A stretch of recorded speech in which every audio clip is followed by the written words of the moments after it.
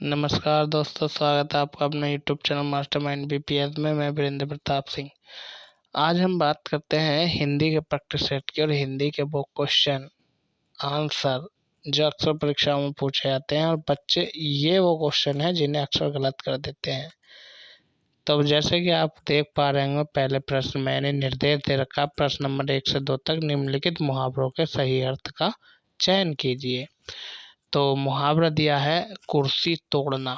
अब इसका अर्थ बताना है आपको। इसका अर्थ क्या होगा? मेहनत न करना, या अधिक श्रम न करना, या उपद्रव मचाना, या सुंदर लिखना। ठीक है, तो आपने बताना है क्वेश्चन नंबर पहले का आंसर क्या होगा। और जल्दी से बताइए दोस्तों कि क्वेश्चन नंबर पहले का आंसर क्या है। जी हाँ, मेहनत नहीं करना।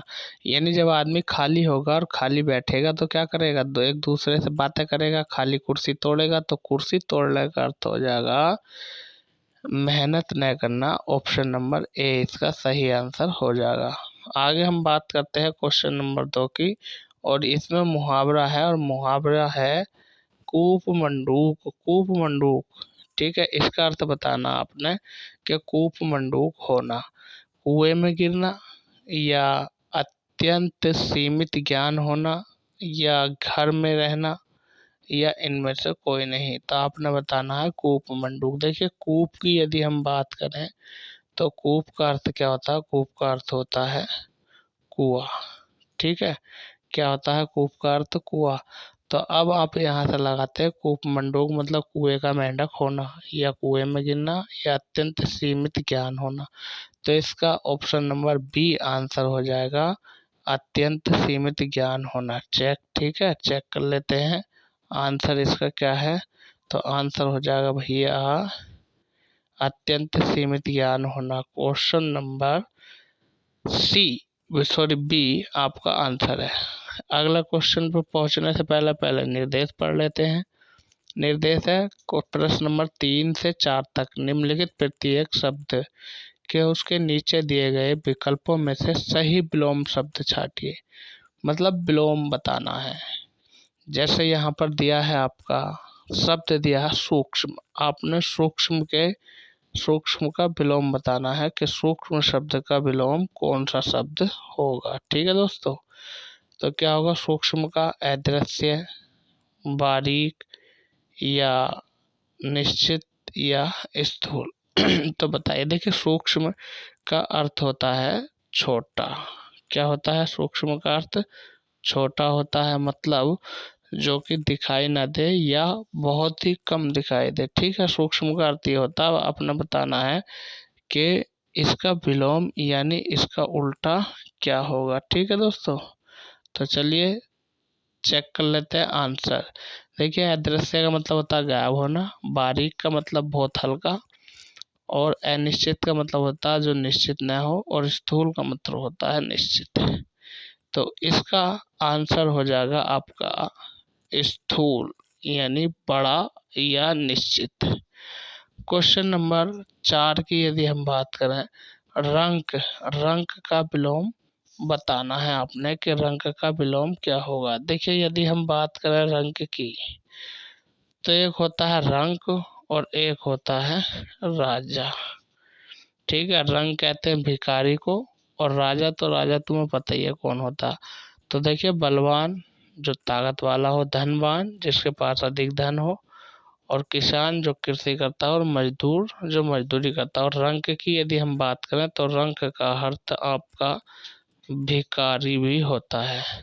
अब भिखारी का ही तुम्हें विलोम बताना, तो भिखारी जिसके पास धन न हो, और धनवान जिसके पास अधिक धन हो। तो ऑप्शन नंबर बी सही विलोम बैठेगा। ठीक है, तो चेक कर लेते हैं आंसर क्या होगा। तो इसका आंसर जो होगा भैया रंक का ये हो जाएगा धनवान, जो कि बी ऑप्शन अभी हमने बताया था। क्वेश्चन नंबर 5 को करने से पहले इसके निर्देश जान लेते हैं। प्रश्न नंबर 5 से 6, ठीक है, निर्देश पढ़ लो। चलो पहले निर्देश क्या दिए हैं? 5 से 6 नीचे दिए गए प्रत्येक प्रश्न के शब्द के 4 संभावित अर्थ दिए हैं, सही विकल्प बताइए। यानी हमें जो है अर्थ बताना है कि कौन सा अर्थ दिए गए प्रश्न का सही उत्तर होगा। ठीक है, तो जैसे कि आप यहाँ पर देख पा रहे होंगे कि प्रत्युपकार, किसका अर्थ बताना। प्रत्युपकार किए गए उपकार का स्वीकार या उपकार करना। प्रत्युपकार या ऊपरी उपकारी से मुंह फेरना। या प्रत्युपकार का अर्थ ये होगा उपकार के बदले में किया हुआ उपकार। बताइए जल्दी से फटाफट, प्रत्युपकार का अर्थ इन चारों में से क्या होगा। ठीक है, जल्दी बताओ। यदि हम बात करें इसके आंसर की, तो इसका जो आंसर होगा दोस्तों वह होगा ऑप्शन नंबर डी, यानी उपकार के बदले में किया हुआ उपकार ही क्या कहलाता है, प्रत्युपकार कहलाता है। ठीक है, ऑप्शन नंबर डी इसका आंसर होगा।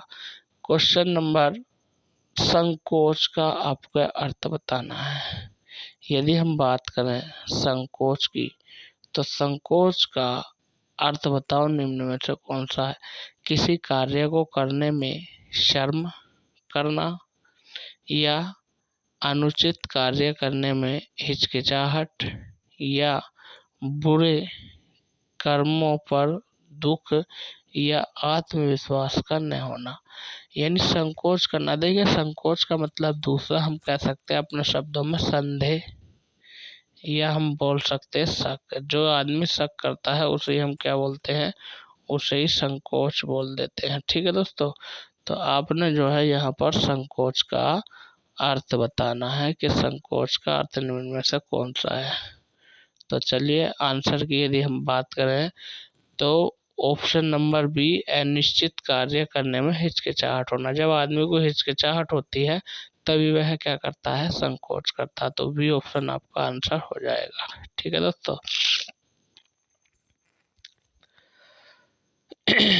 प्रश्न नंबर 7 करने से पहले हम ऊपर जो है निर्देश पढ़ लेते हैं। निर्देशों की यदि हम बात करें तो वो ये हैं कि प्रश्न नंबर 7 से 8 तक सभी दिए गए शब्दों के सही संधि का नाम बताओ। ओहो, संधि बतानी है भाई। जैसे आप यहाँ पर देख पा रहे हैं महोत्सव, आपने बताना है कि महोत्सव में कौन सी संधि है।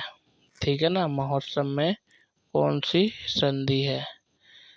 जैसे कि यहाँ पर दिया है नंबर 1 व्यंजन संधि, नंबर बी दीर्घ स्वर संधि, और नंबर सी गुण संधि, और नंबर डी में से कोई नहीं। तो ये आपने बताना है महोत्सव में कौन सी संधि है। ठीक है दोस्तों, चलिए जल्दी से बताइए, आपके क्वेश्चन का हम वेट कर रहे हैं। ठीक, तो ये हो जाएगी इसमें महोत्सव में गुण संधि। ठीक है, सी ऑप्शन इसका आंसर होगा।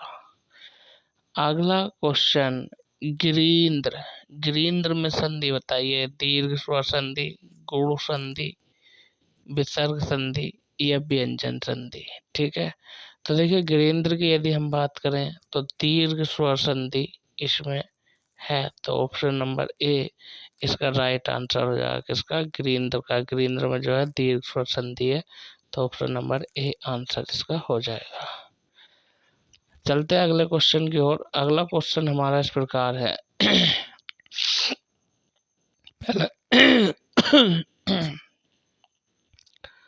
पहले हम निर्देश पढ़ लेते हैं। निर्देश में क्या दिया है, 9 से 12 तक निम्नलिखित में से रिक्त स्थानों की पूर्ति के लिए दिए गए विकल्पों में से सही विकल्प का चयन करिए। यानी हमें जो रिक्त स्थान दिया, खाली स्थान जो है स्पेस, उसको भरना है, और वो कौन से शब्द से भरा जाएगा ये हमें बताना है। मनुष्य की, चलिए पढ़ते हैं वाक्य। मनुष्य की स्वाभाविक रिक्त स्थान विपत्ति में होती है।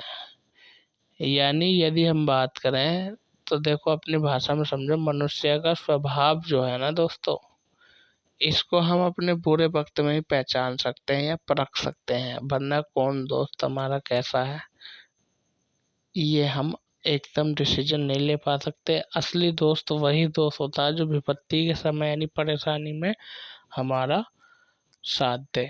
ठीक है, तो चलिए आप लोग समझ गए होंगे कि आपने क्या बताना है। झलक है, परख है, आकांक्षा है और उपदेयता है। तो आपने बताना है कि इसका आंसर कौन सा सही होगा।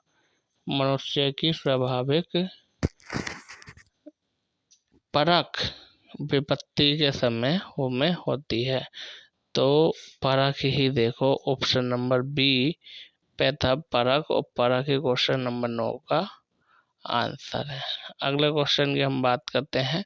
विवेक से जागृत होता है। जागृत का मतलब क्या है? जागना, या कह सकते हैं उठना, या ज्ञानित होना। यानी विवेक प्रेम से जागृत होता है, शिक्षा से जागृत होता है, इच्छा से या गुरु से। देखिए गुरु से क्या मिलता है? हमें ज्ञान। और यदि हम बात करें बुद्धि की, तो बुद्धि जो है ना वो हमारी शिक्षा से ही बलवान व बलशाली होती है। यह जागृत का मतलब जागती है।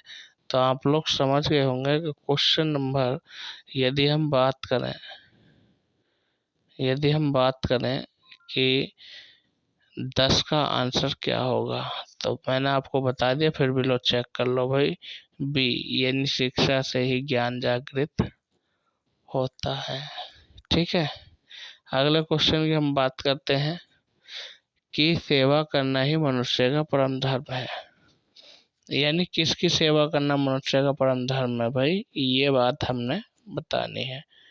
मानवता की, या अपनों की, या पड़ोसी की, या साथियों की। यानी कि सेवा करना ही मनुष्यता का परम धर्म है। तो देखिए, एक तो यह मानवता, और मैं ये समझ सकता हूँ कि जो हमारा मानवता है वही आंसर करेक्ट होना चाहिए। चेक कर लेते हैं एक बार फिर।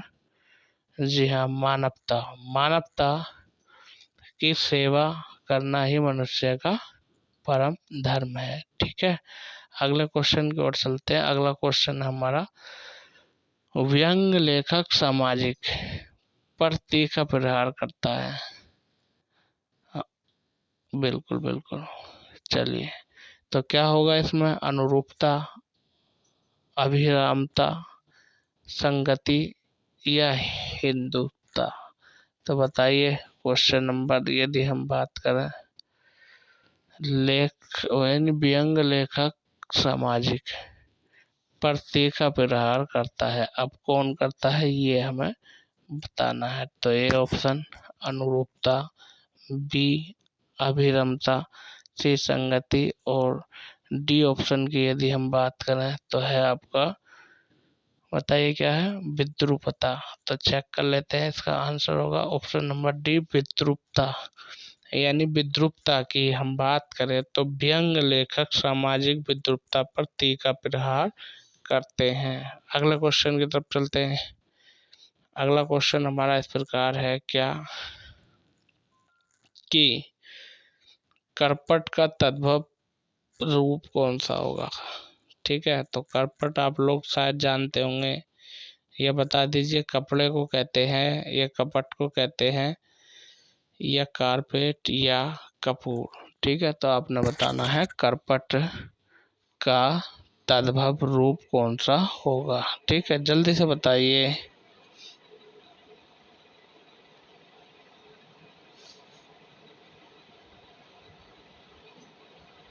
हाँ, करपट का। तो चलिए, इसका जो आंसर होगा वो होगा कपड़ा। यानी कपड़े को ही हम क्या बोल देते हैं? करपट बोल देते हैं। अगले क्वेश्चन की ओर चलते हैं। हिंदी का मॉडल प्रैक्टिस सेट की हम बात कर रहे हैं। ये 2021 में इसमें से बहुत प्रश्न पूछे भी गए। और दोस्तों, कहानी तो आगे चली रही है। यदि वीडियो आपको पसंद आ रहा हो और हमारे चैनल पर आप नए हैं तो इसको एक बार सब्सक्राइब कर दीजिए प्लीज़, और साथ में बेल आइकन का बटन भी दबा दीजिए। ठीक है, अगला 14वां क्वेश्चन है, रामचरितमानस की भाषा क्या है? यदि हम बात करें तो तो प्रश्न ये पूछा कि रामचरितमानस जो है वो किस भाषा में है। ठीक है, तो आपने बताना बुंदेली, अवधी या खड़ी बोली या ब्रज बोली, ब्रज भाषा सॉरी। तो किस भाषा के अंतर्गत आपकी भाषा जो है हिंदी आती है, आपने ये बताना। ठीक है ना। तो यदि हम बात करें तो इसका आंसर जो होगा वो हो जाएगा आपका अवधि, यानी अवधि के अंदर आती है कौन, रामचरितमानस। तो दोस्तों यदि हम बात करें आज के लिए इतना ही। तो यहाँ से आगे को मुलाकात होगी कल, तब तक के लिए धन्यवाद।